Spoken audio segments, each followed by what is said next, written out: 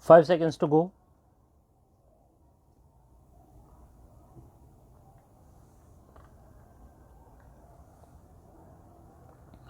Start.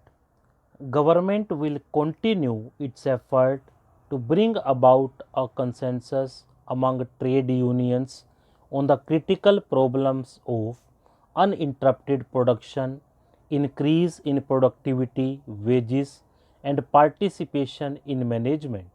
Government has been considering methods of improving the performance of public sector undertakings.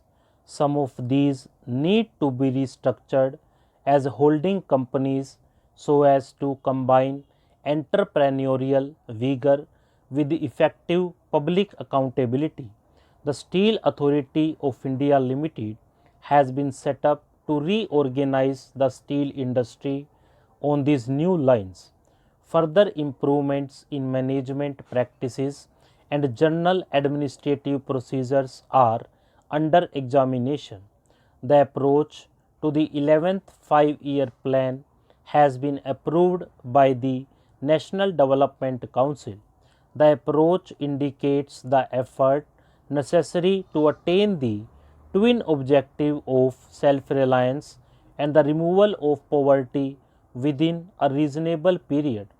A number of programs proposed to be taken up in the 11th plan: the National Program of Minimum Needs, the Employment Program, the accent on the development of backward classes and backward regions, and the reorientation of the pattern of production with emphasis on goods of mass consumption are designed directly to attack the problem of poverty. The approach is based on government's considered view that growth and social justice are interlinked. Social justice needs growth to be meaningful, and growth needs social justice to be sustained and durable. The quality and content of growth are more important than growth by itself.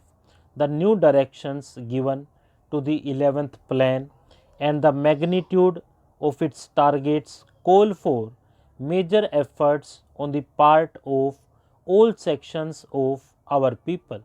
We have to sustain and transfer the unity, morale, and confidence which we demonstrated in meeting external danger to the fields of economic and social transformation of the country. I have no doubt that the people will respond to this challenge. It will be the privilege of this 13th Parliament of our Republic to give shape to the 5-year plan and make it the turning point in our advance towards economic independence.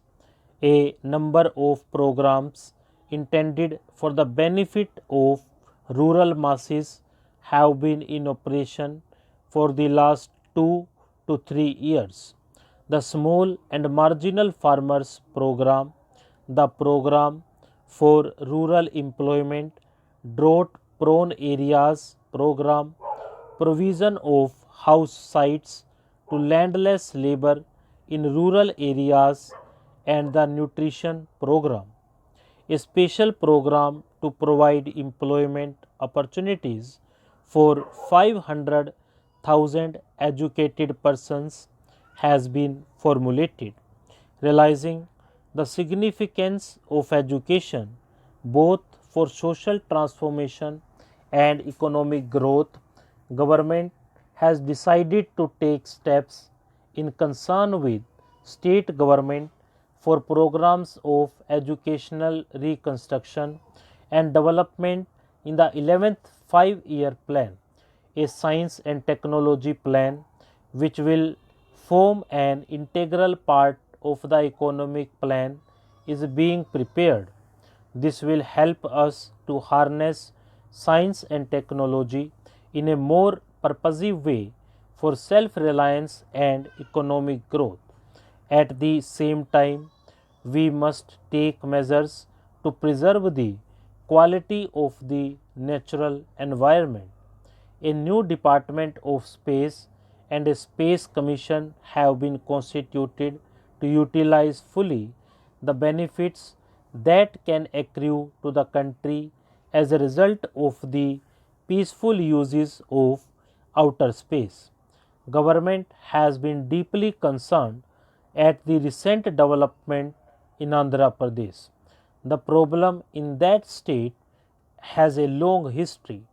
We view with grave anxiety the resort to the violence in an attempt to settle this problem. Such violence is opposed to the basic values we cherish. It has resulted in the loss of valuable lives and extensive damage to public property. I express my sympathy and sorrow for those who have suffered. There is no problem for which reasonable solution cannot be found through calm and rational discussion. Government's sole consideration is to safeguard the interests of all sections of our people. I appeal to the people of Andhra Pradesh to cooperate fully with the government in finding a peaceful solution. I now turn to relations with neighbors near and far.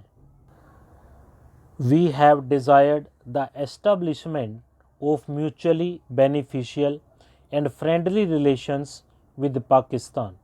We signed the Shimla Agreement as the first step towards the establishment of durable peace.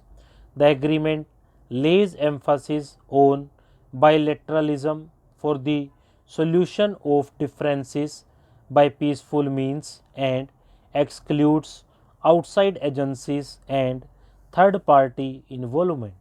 I am glad that India and Pakistan have been able through bilateral negotiations to determine a line of control in Jammu and Kashmir which is to be respected by both sides. Similarly, both sides have withdrawn their troops to the international border. In the process, India has vacated about 12,000 square kilometers of Pakistan's territory. This by itself is concrete evidence of India's friendly intentions towards Pakistan. The prisoners of war of the Western Front have been exchanged. It is hoped that Pakistan will create the necessary conditions which would enable the three parties to the conflict in the Eastern Theatre to hold discussions for the repatriation of the prisoners of war who surrendered to the joint command of India and Bangladesh forces. This Shimla Agreement holds promise of establishing peace in the subcontinent. Stop.